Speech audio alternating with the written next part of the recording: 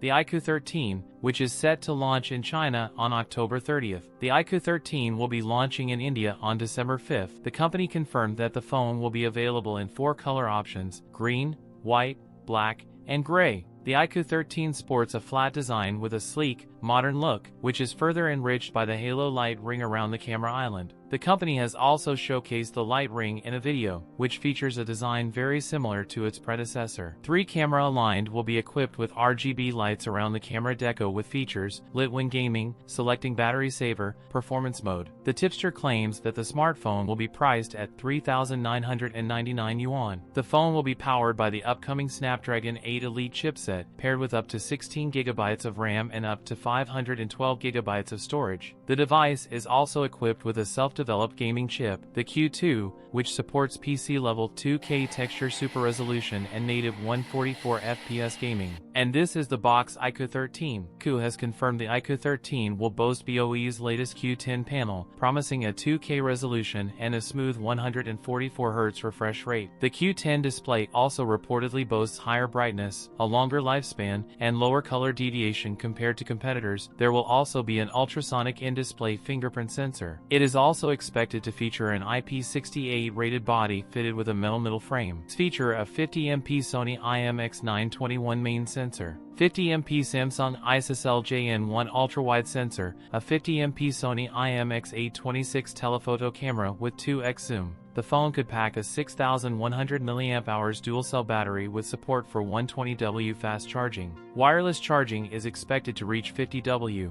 The starting price could be around 55,000 Indian rupees. That's it for today's video. If you enjoyed it, don't forget to like, comment, and subscribe for more content. Thanks for watching, and I'll see you in the next one.